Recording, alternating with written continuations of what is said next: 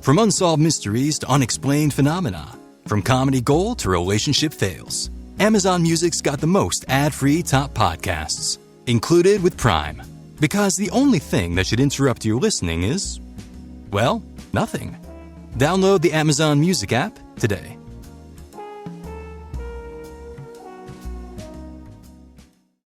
Totally Useless Information with Nick and Roy is brought to you in part by Tom's Place, the finest in men's fashion, located in Toronto at 190 Baldwin Street, in the heart of Kensington Market.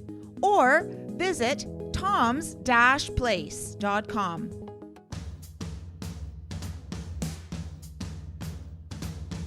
It's everything you never needed to know. This is Totally Useless Information with Nick and Roy. Listen, laugh, and learn. What is the only primate other than humans to have blue eyes? Do plants really respond to sound? Hi, I'm Nick. And I'm Roy. And this week, we scoured the internet to find out these totally useless tidbits just for you. Plus, we'll answer your question in the mailbag segment. And all I'm going to say is Alpha, Bravo, Tango. And in the news, it was a case of the mistaken car identity. Totally useless information. It's everything you never needed to know. Look out for that lion. Animals, animals, animals, crazy animals. Thank you. Oh, geez, I forgot about the kitty cat. Sorry. Hi. Thanks for joining us. Once again, 80 countries around the world. You're meowing for total useless information, which is why you're here, and we do really appreciate that. Water animals. Yeah, water animals. Go ahead. I'm going to write this down. Yeah. Water animals, yeah. These are considered water animals, Okay. but they're also animals that would drown in water, very much like us. Okay. So we can swim, we can be in water, but we would drown. These particular animals live in water, yet they could also drown. And they are the turtle, the crocodile, the alligator. This is one you don't think about. The dolphin, Really? the whale, and water snakes and frogs. These are animals that breathe air just like we do, but they live in the water. The dolphin lives in water just like a fish, but it literally comes up to breathe air. So, You know what was cool? Did Yeah. you see that SpaceX thing where the capsule comes down? Yeah. And the dolphins surrounded it? yeah. That was so cool. It The was very- dolphins were like, hey, what's this? It's like it was very what's that it's not Water World. What's the park in Florida? The Marine World or something. Yeah, but you notice that the capsule kind of looked like a big, monstrous, bottlenose dolphin. Right, yeah. That's right. And all the male dolphins were like, I'm getting with that. Yes, they flipped out. Spritz me some eau de toilette. Now, listen carefully because on a previous episode, we talked about the different mating rituals of animals. So, growing antlers and fighting with the boys to prove their physical prowess is just the first step in a bull moose's bid to breed a female. So, we're talking about moose here, okay? As she lingers nearby, he digs a hollow in the ground, urinates in it, and rolls around in this bath of musky hormonal pee, according It to... sounds like Nick at a party at high school. It was not. He drank so much that he urinated himself and then walked up to girls, So this thinking bath... he had super prowess. Well, maybe I... See, the thing is, the problem with that was I thought I was a moose. Being Canadian and all. So this bath... No, I'm sorry, not moose, mice. Mice. Mouse is it's a land of mouse or moose. The listeners know what I mean. 100%. So anyway, so he digs this thing in the ground. So this bath of musky hormonal pee, according to a biologist, Franco Mariotti. Yeah. He's worked for over 32 years at a Science North in Sudbury, Ontario, so he knows. Enchanted, the cow moose swoons for his signature scent, Oh, sure. lies down in the bath, and the rest is none of your business. Sure, exactly. He Yeah. has the little brush to do his back. That's right. And Does he's he? like, Does he have? and he sings his favorite song, Yellow River. So that you know what I think what she was thinking was, boy, you look horny. Oh, they're antlers. That's right. They're antlers. Okay. I love when they say, and the You rest had to is get none. that in there, didn't you? I did. And I love when they say the cows lie down in the bath and the rest is none of your business. Okay. The only primate, this was my teaser, and I know some of you may have tried to look it up, Yeah. which nice is try. not fair. No. Not fair. That's No. our job. That's right. The only primate to have blue eyes other than humans, these are natural blue eyes occurring in the process of birth, the lemur. Now, have you ever seen a lemur? No. They're freaky looking little rodent animals. They're scary looking. They're like bug-eyed freaks. Folks, get on your phones and look up image of lemurs. I'm doing that right These now, as a matter of fact. Freaky, ferrety looking, bug-eyed, blue, freaky eyes, gray, blue looking eyes. Oh, yeah. Oh, You see? yeah. I looked at it and I was like, where have I seen this before? And then I'm like, Nick. Oh, no. What? Oh, oh, I thought you were calling my name, Nick. Yes. And their tails are striped, right? So it's almost like a Yes. cross between a raccoon and a monkey. Yep. It's a freak. It looks like a big ferret. Yeah. But with that, it almost looks like it should be like a cartoon character with those buggy eyes. Yeah. right? Wow. Yeah. That's interesting. It's cool though. But they're the only animal other than humans that could have blue eyes. So when we used to court our significant others, and I'm sure we're on our other dates that we've been on, we always try to dress up nicely, dress to impress, right? At least you thought you did. Well, so what Flannel's not in. Nick. you wore, not even back then, like you're wearing that shirt, right? Isn't that, it's like when you're single and you put on a shirt, you go, I'm going to wear this shirt. But then when you're married, they're like, you're going to wear that shirt? Right? Exactly. So many Or when male, they buy you a pink shirt to let the other girls know that you're taken. right? Yes, yes. Yeah, it's So true. many male birds gussy up their plumage during breeding season, but Yes. few as dramatically as the black-polled warbler. It's a The old drab, black pole. the black-polled warbler. You have to. That's the whole name. A drab greenish dweeb in fall and winter. The black-polled becomes a chick magnet in the spring, Oh yeah. molting into new tuxedo-like black and white feathers. Oh Oh, wow. hold on, there's more. Putting on Accessorize, the Ritz. putting on the Ritz, accessorize with bright yellow legs. Wow. He's clashing. Are He's you using gonna? a pop color. It's like you're wearing those legs to the date. You know, we've been doing this show too long. Yeah. We learn all these terms. I know. Pop color. Oh yeah. Oh, clashing. 100%. Sure. Oh my god. So the customary drive to remain hidden for safety is overridden by his need to appear fit and showy to females. While Does in, he urinate on himself? while no, that's the moose. But while intimidating the competition with his good looks. Yeah. Well, that's what I used to do. Right. What? Used to intimidate or have good looks? No, I used to wear yellow pants. The next time I have a conversation with your wife, which will be really soon, I'm going to ask her if he ever wore yellow pants on a date. Attention, folks. Yes? This is very important. Yes. You must listen to this. Okay. You must remember it and learn it I'm listening. and live it. Right. Attention. Uh-huh. To escape the grip of an alligator's jaws, Yeah. just do this simple one thing. Push your thumb into their eyeball. What? Really? You got it? It's very simple. Oh, yeah. Just That's push simple. your thumb into their eyeball. Do not think about the crushing grip No. of the 400,000-pound crushing of the jaw and teeth on your body's legs Mhm. or torso. Just remember, simple poke in the eye. Right. So these are what, alligators? This is actually true, though. Okay. Alligator people, I guess you would call them the people that work with alligators. Okay, What would you yeah. call them? Alligator scientists, Experts. gator lovers. Yeah. Gatorade. which Could, You know could what? Have some scary connotations Because to they help them. They're gator aids. they're right. gator AIDS, That's uh-huh. right. There you Yes, go. Yes, yes. That's what they are. You don't want to get them all like pissy by bringing like one of those bags. Those what are those called? Brahmin bags for No. women that look like alligators. Yeah. No. No, they'll get very mad. So what's the difference between an alligator and a crocodile? One lives in Florida, the other lives in Africa. That's one thing. Okay. And then another thing, I believe crocodiles can get up to like 4 times the size of an alligator. Wow. Which just makes it easier to poke in the eye. Oh, it is. And of course, there are many, many alligators walking around with just hands and fingers in their eyes. If you see an alligator with a patch, you know he's ornery.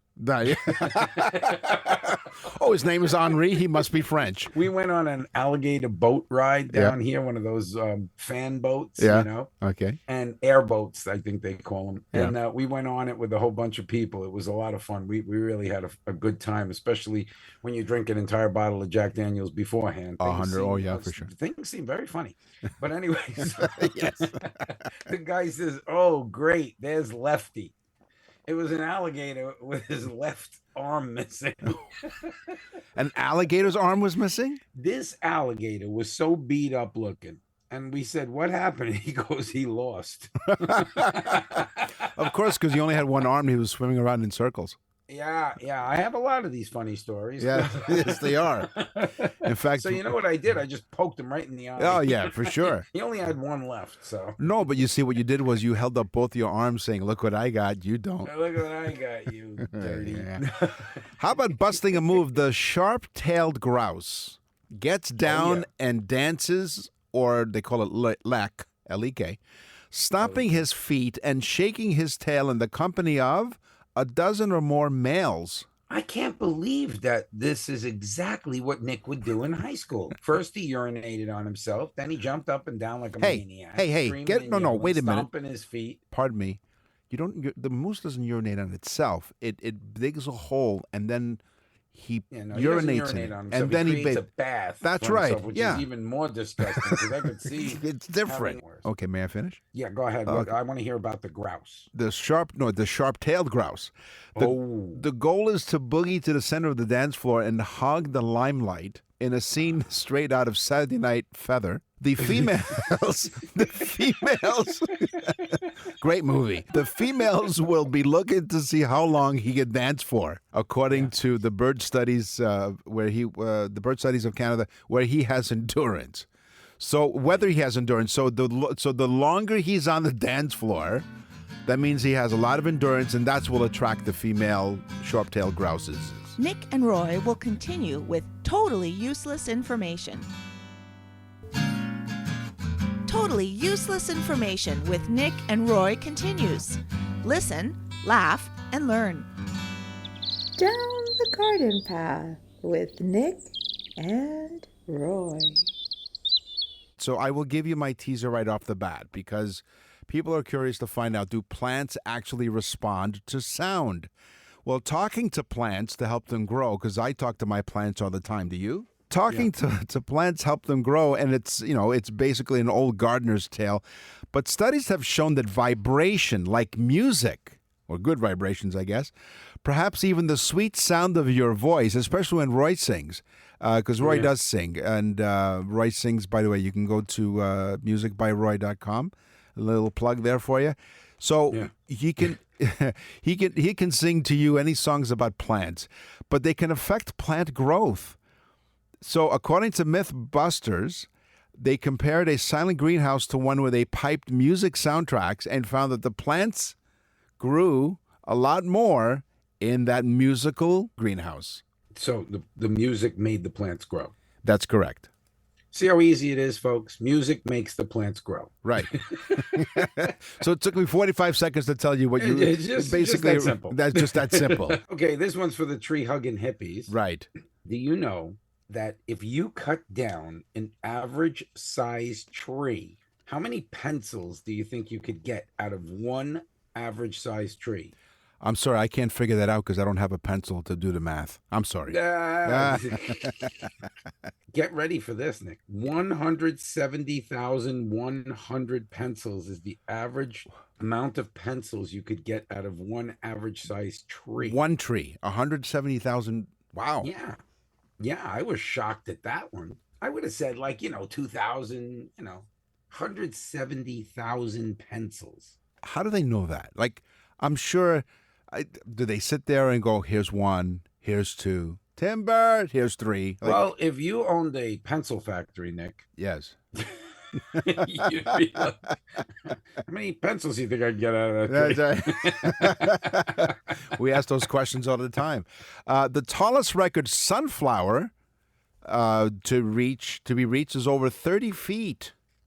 30 feet tall. 30 feet. That's 3 stories. In 2014, a sunflower in Germany. Oh, Deutschland, Deutschland. Thank you. They set the record for the tallest sunflower in the world, reaching an astounding 30 feet and 1 inch. That's as tall as you said. Don't ever cut out that 1 inch, Nick. No. That 1 inch could matter. It know? does. That's what I've been told. Especially in Deutschland, where we grow the biggest sunflowers. It's as you mentioned, it's as tall as a 3-story building. Wow. Dendrochronology. Sure. Dendrochronology is the science of counting the rings on the trunk of a tree. Oh, I didn't even know that would exist. no. There are scientists who they literally count the rings of trees to find out how old they are. So that's not a superstition. Okay, we'll wait. What I mean is, there's a flower that blooms every 3,000 years. How do we know that?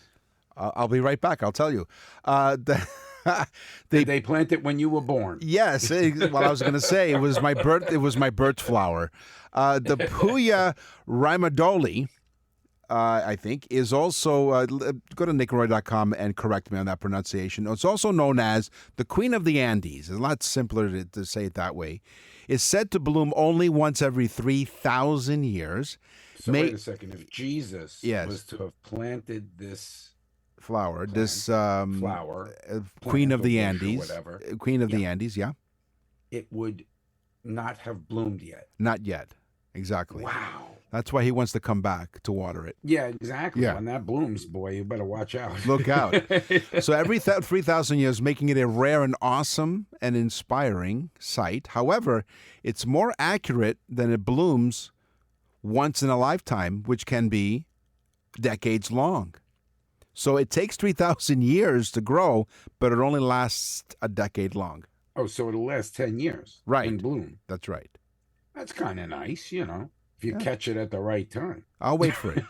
That's what I said. I'll wait. Sure, I have nothing else going on. Could you imagine the gardener that sells that to you? Yeah, plant it. This thing's incredible. Yeah. That's right. Yeah, it blooms for 10 years. He doesn't tell you it's 3,000 years from Before now, you but bloom, right. whatever. It's guaranteed to grow your money back. We don't know what denomination of money, but money all the Money, same. exactly. How does all the water get into the clouds in the atmosphere? Well, the word is evaporation. And Okay. water evaporates all the time. It evaporates from the ocean, it evaporates from rainforests. But how much evaporation does one large oak or beech tree give off during a 24-hour period of time? So this is the amount of water that evaporates off a large oak tree in one day. Right. 25 gallons. Oh, This is, again, the 170,000 pencils, 25 gallons. That's a lot of gallons of water. thirsty. And then we wonder why the clouds are so full. They Yeah. weigh what, 1,000,000 tons or something? Yeah, I think a cloud weighs. I think we did. We must have done this on the show over five did. years now, of totally useless information. I think a cloud, the average cloud weighs around 1,000,000 pounds. Yeah, something like that. Yeah, when I think I asked on that particular episode, is how they got a scale to go up there and check it out. I'm not sure. It was a big scale. It was a big scale. How about the skeleton flower? The skeleton flower is aptly named because its white petals turns clear when wet with rain or dew, very much like Roy does, revealing Yeah. the veins and support structures inside. Do you become clear when you get wet? Oh, sure. Yeah. Every time I shower. Yeah. My wife can't even see me in there. She comes in, she's like, who is in the shower? That's right. So when the blooms Which dry, concerns me. well, that's right. Like, what do you mean? Who's in the shower? Who were Yeah, you? right. Who were you expecting? Is the follow-up question, right? Well, it ain't Don Johnson. Well, Johnson is part of the equation, but anyway, when the blooms dry, they appear white again. So the skeleton flower is a deciduous perennial used as a ground cover in shady locations, very much like we visited in high school, Yeah. shady locations. We were in a lot of shady locations. Oh, 100%. Why are you here? Because I heard it was shady. Hanging out with a bunch of shady people. Wear sunblock. Individual plants display bright green foliage reaching about 12 to 18 inches tall and spreading between 2 and 3 feet wide. The skeleton flower. So I love this one. What do they call a cluster of bananas? Well, we had this on the show before. Do you remember what they call a cluster of bananas? Is it hands or My something? neighbor grew bananas. Is it hands? It's a hand. It is. Okay. Not plural. It's a hand. A hand. Okay. Of bananas. Okay, so we know that there's approximately 10 to 20 bananas in a hand of bananas. Okay. What are the bananas called? Fingers? Yes. Okay, I just took a wild guess. I mean, I'm so shocked because I think in 5 years that's the second time Nick has got it right. That's right. Yeah. So very much like the plant that blooms every 3,000 years, I get one right every hundreds of episodes. They call the bananas fingers. So there's 10 to 20 fingers per hand. Okay. Which is a bit freakish. You're listening to Totally Useless Information with Nick and Roy, and we want to thank you very much. Go to our website, nickandroy.com. Go to the Nick and Roy store, and here's why. You are going to be amazed by the birthday message opportunity that you have to order one for your loved one. It is an absolute unique gift for someone special in your life. It's really unbelievable the response that Nick and I have gotten. We do these literally a customized show for that person for the year and date that they were born. And of course, you give us some information, some basic stuff about music they liked or sports that they liked. And we just find out all kinds of useless facts about it. The people flip out. It is so unbelievable. Our email bag is filled with people saying how much they loved it. The people that get it, it's the best gift for somebody that you say, oh, they have everything. Well, they don't have this. And it's inexpensive. Go to nickandroy.com. Go to the Nick and Roy store. Type on birthday messages. There's even a sample there for you to look at or listen to. nickandroy.com. Nick and Roy will continue with totally useless information. Here comes the groom. Is there an upcoming wedding on your calendar? Hi, Nick and Roy for Tom's Place. If you're the lucky groom, Tom is your best man and ready to make you and your wedding party look stunning on your big day. Whether it's formal or casual, destination celebration, traditional or contemporary, they literally have you covered in clothes with their tailored suits and classic tuxedos, complete with all the accessories to help you shine in the spotlight. Why rent when it's so affordable to buy an outfit that will serve you well for years? For the father of the bride or groom or a special guest needing elegant attire, Tom's Wedding Specialist help you save more and dress better. Discover more, including Canadian-made brands. Make sure you enter the wonderful wedding contest at toms-place.com. That's toms-place.com to win a $500 credit for your wedding party. Tom's Place, 190 Baldwin Street in the heart of a Kensington Market in Toronto. Tom's Place will suit you. We're back with totally useless information with Nick and Roy. Listen, laugh, and learn. Today is history. What happens tomorrow is history. Yeah. You know what I was going for in that?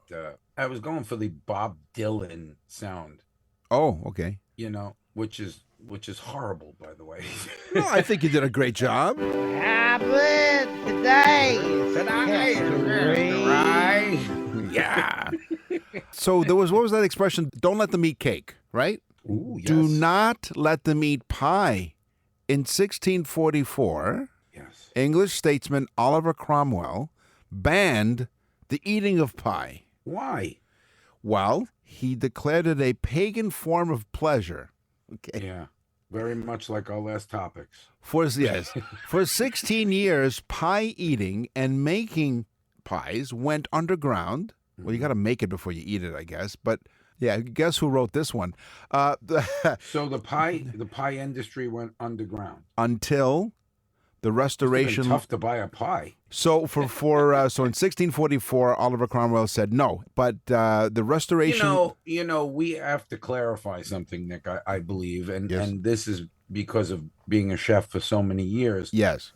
We think of in the United States and Canada, we think that pies are fruit-filled, deliciously buttery crusted items. Yes. But pies in Europe at that time were technically pagan food. They were meat pies. They would use the cheapest leftover scraps of meat to chop up, almost like we make chopped meat. They would make shepherd's pie and other type of meat pies. And so pie was not necessarily a dessert. It could have been a main course. Very good. Well, thank you for clarifying that. But for 16... I'm glad to be here for Well, that. Yes. the only reason. For 16 years, the pie eating went underground until the Restoration leaders lifted the ban on pie in 1660. So in 1660, they said, let them eat pie. Or they said, let it come up from underground, full of moose urine. Allegedly.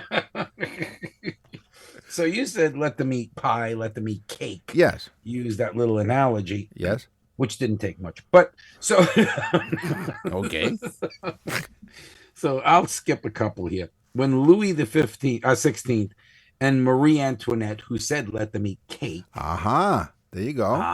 See, Very nice. See the segue? See, and let me explain to the audience, though, and we sound surprised, not because, well, we're looking at each other, but also because we don't, what we do is when we prepare a show, we agree to 3 topics, and we do not share the facts. So we only present them for the first time. It wouldn't time. be organic and it wouldn't be fun. That's right. That in the first 1 or 2 shows. Yeah, and it didn't go over well. So that's why we're like, so quite a segue that I went from eating pie to Marie Antoinette. Yeah, if you go to nickandroy.com and type on the first season, like the first 2 shows, you'll see how they suck. No, they don't.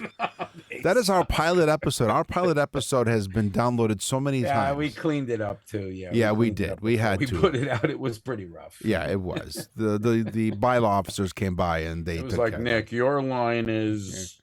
Yes. Let them eat cake. Let me interrupt you. So I'm glad you said that. So on next week's show, I already have the script for it. We don't have any scripts on the show. We just have our facts in front of us. I went to AI, Roy, and I asked AI to prepare a short script of totally useless information with Nick and Roy.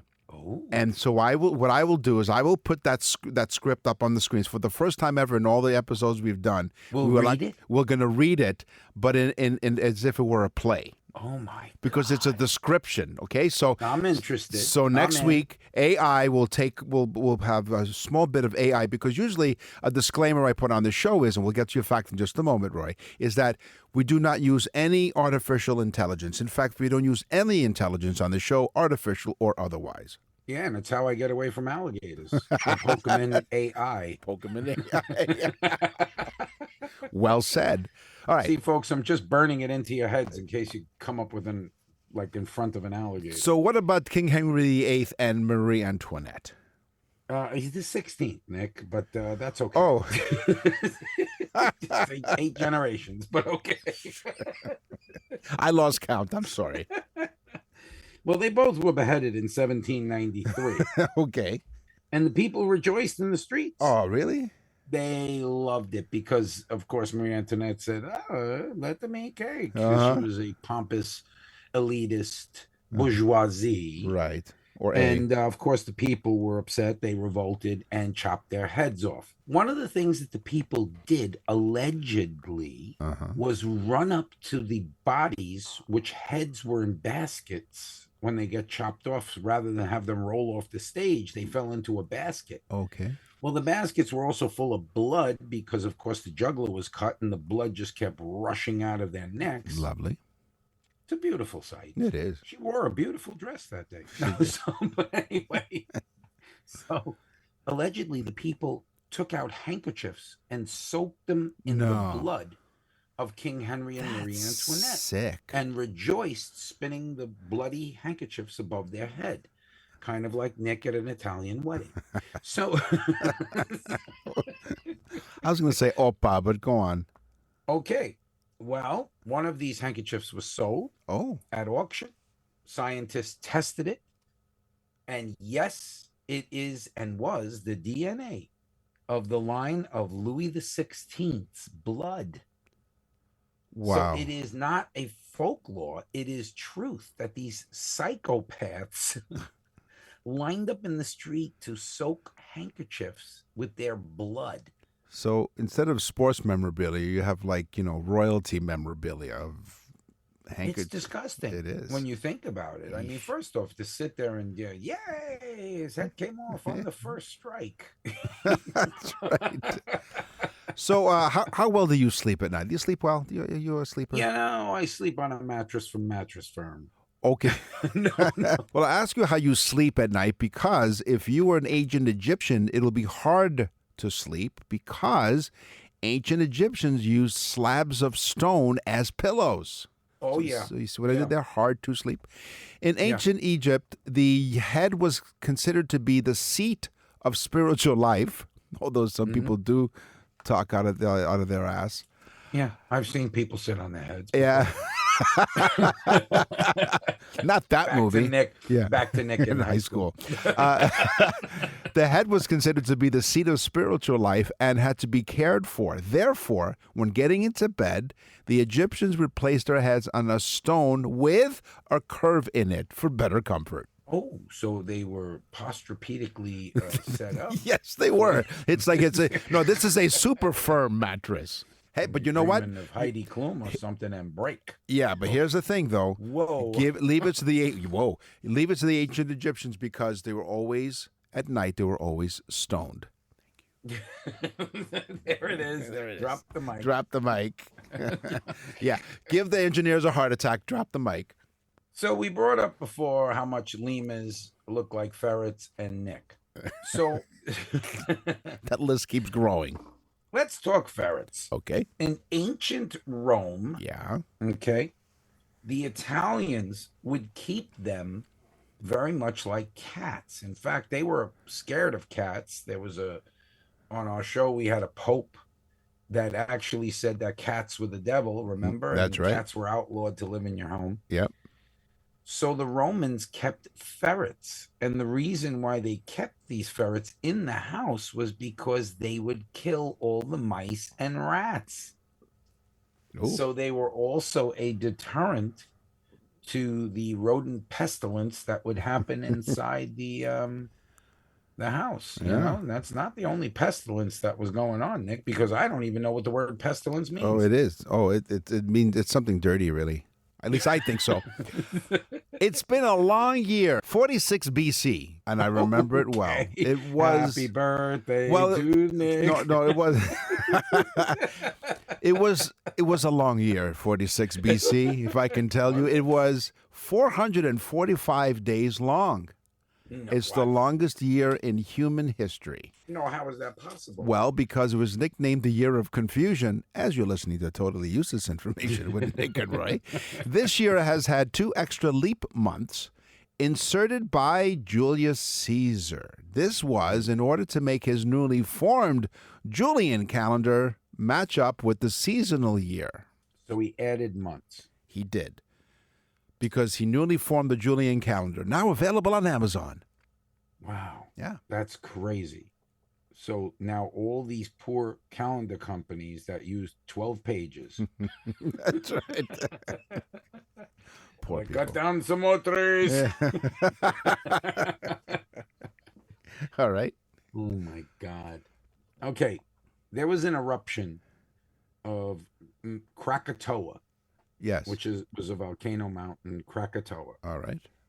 And it happened in 1883, which is kind of weird because 1883, it's almost like 1900. I mean, it's still within 100 some odd years. Yes. It was so loud, Nick. Mhm. Okay. This is amazing. It ruptured eardrums of people 40 miles away. Wow. So people were 40 miles away. Their eardrums ruptured and exploded from the sound, the deafening sound of the explosion. It traveled around the earth an estimated 4 times. The vibration sound traveled 4 times around the earth. It was heard 3,000 miles away. Okay, that's like someone in San Francisco saying hello and you hearing it in New York. Oh, wow. Or me, or Nick using the bathroom and me knowing it down here in Florida. Yeah. So it not talk only about Krakatoa. Yeah, well, yeah. Krakatile. So wait a minute. So the sound was so loud that The eruption. the Yeah. eruption was so loud Back that to the sex talk. people heard it 40 miles away. No. Their eardrums ruptured 40 miles away. Well, that's They what- heard that's- it 3,000 miles away. Wow. Now that's That is unbelievable. that's loud. That they literally, like, you would stand there 3,000 miles away and you'd hear like, Yeah. you know, it's like, what the hell was that? Well, Was that Nick again? well, here's the title of my next fact. Say what? Okay. So What? it kind of fits.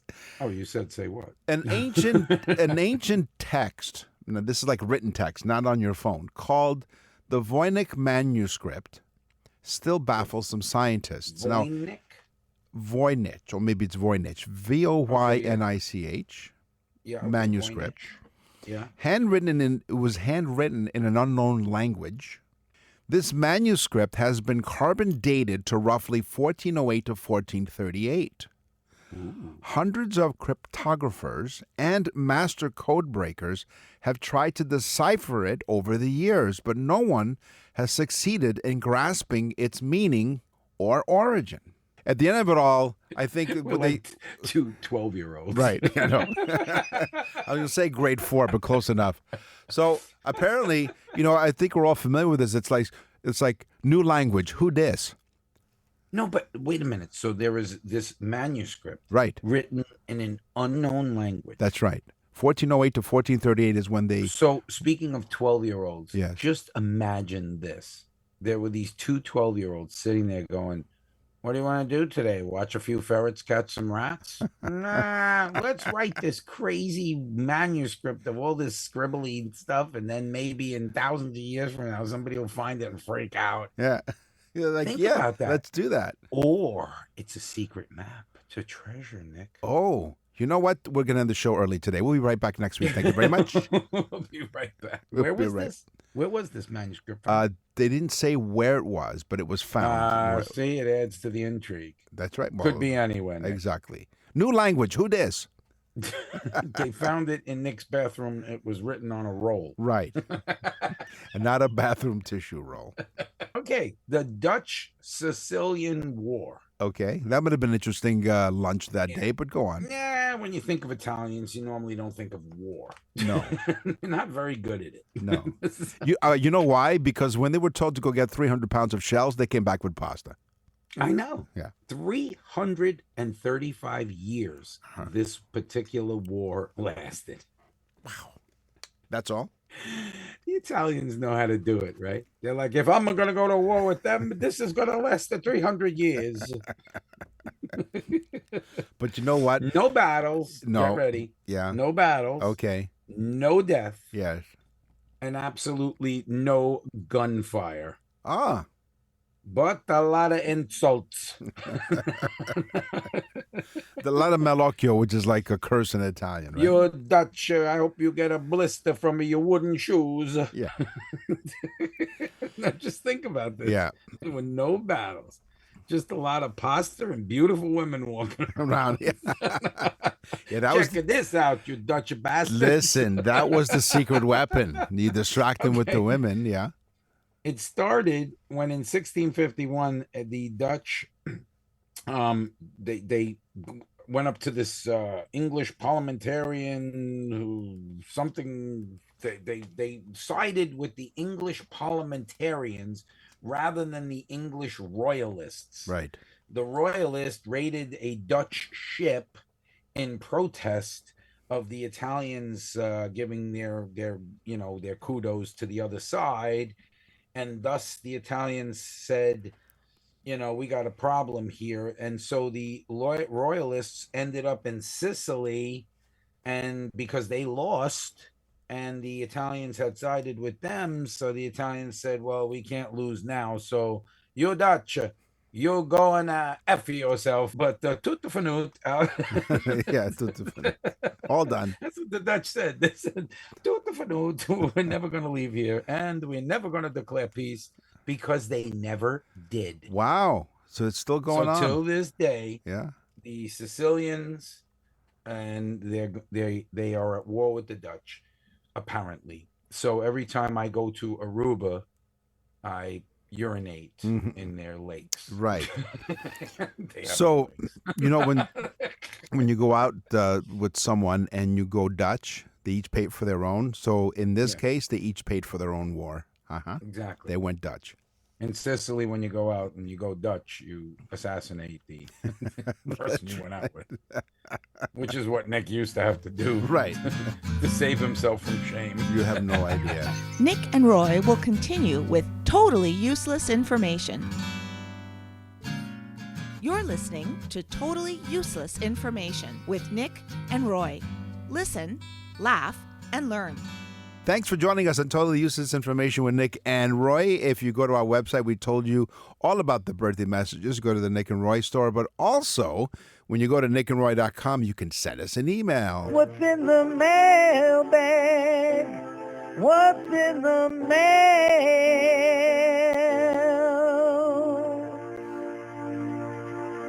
What's in the mail? Well, yeah. So I'm going through the mailbag. Yes. And I see Mary from New Mexico. Okay. And I'm like, okay, Mary from New Mexico. And I start reading on. Mary has a rather long email. But the gist of it is she translates our show into Spanish. Oh. Because she has a number of Latino friends who don't speak English. And she says that she cannot believe, it's amazing to her, that even in Spanish, they listen, they laugh, and they learn. That's why we say And it. I said, that is amazing. They're walking around in Spanish saying, did you know the moose, he pees on himself? It's de Renato. And I can honestly say, sincerely, from Roy and I, muchas gracias. Yeah. Now translate that into English. Stephanie from Creemore, Ontario, says, you guys are the best. We listen to your show every week on the radio. Not much going on in Creemore, huh? No, probably not. Oh, they make some great beer, by the way. Really great craft beer. Oh, wonderful.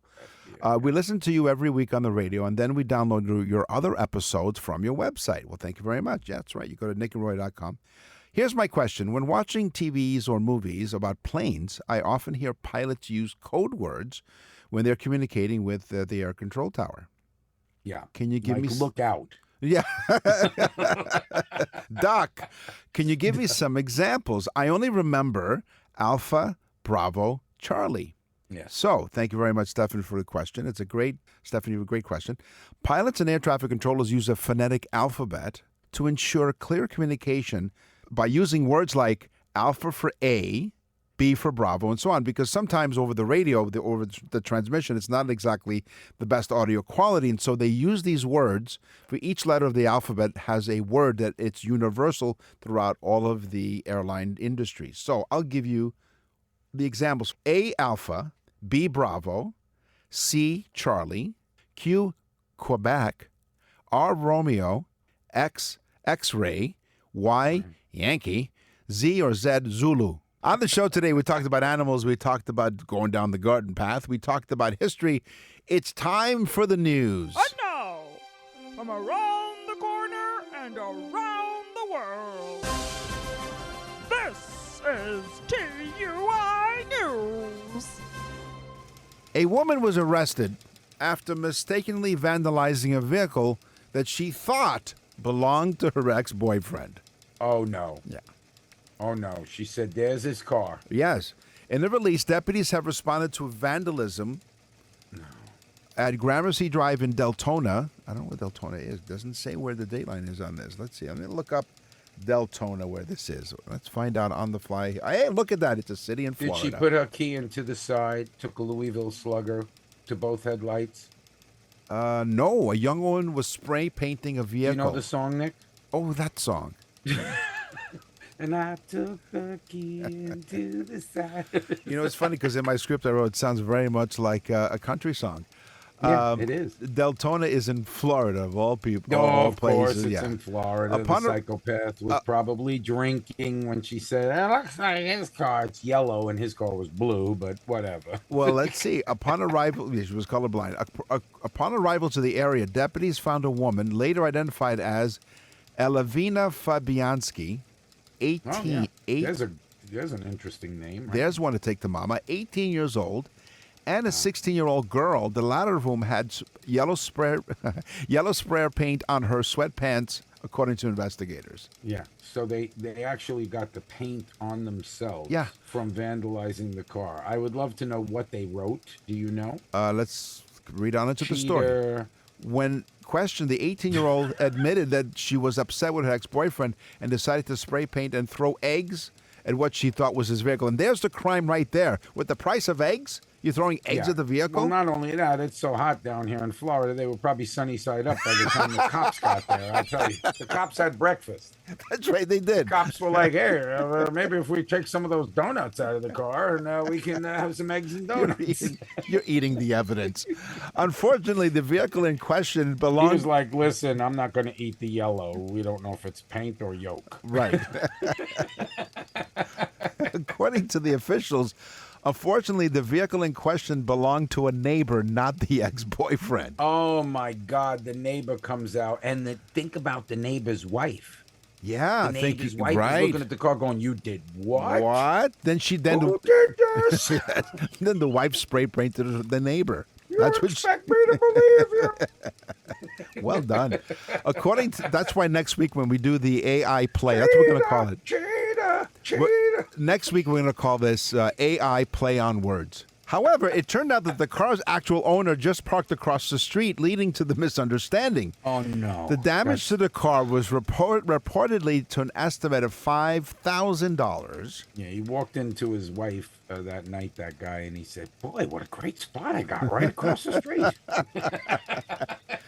Now, the sheriff's office provided body camera footage of the encounter, which can be viewed in, well, if you want to go online and check it out. But as a Body result, camera footage, meaning the girls had cameras while they were doing it, or the cops? You see this great footage, and then all of a sudden it's just a splat of yellow. well, I guess she was, yeah, over the body cam. The stupid girl had the spray can the wrong way. Hey, look, it's a spray tan. Deputies also explained that they caught the women driving with two open containers of Four Loko in the plain view. What's Four Loko? L-O-K-O. Apparently, it's what makes them loco. Getting back to Mary from New Mexico, There she you doesn't go. even have to translate that one. No, not at all. They're all loco.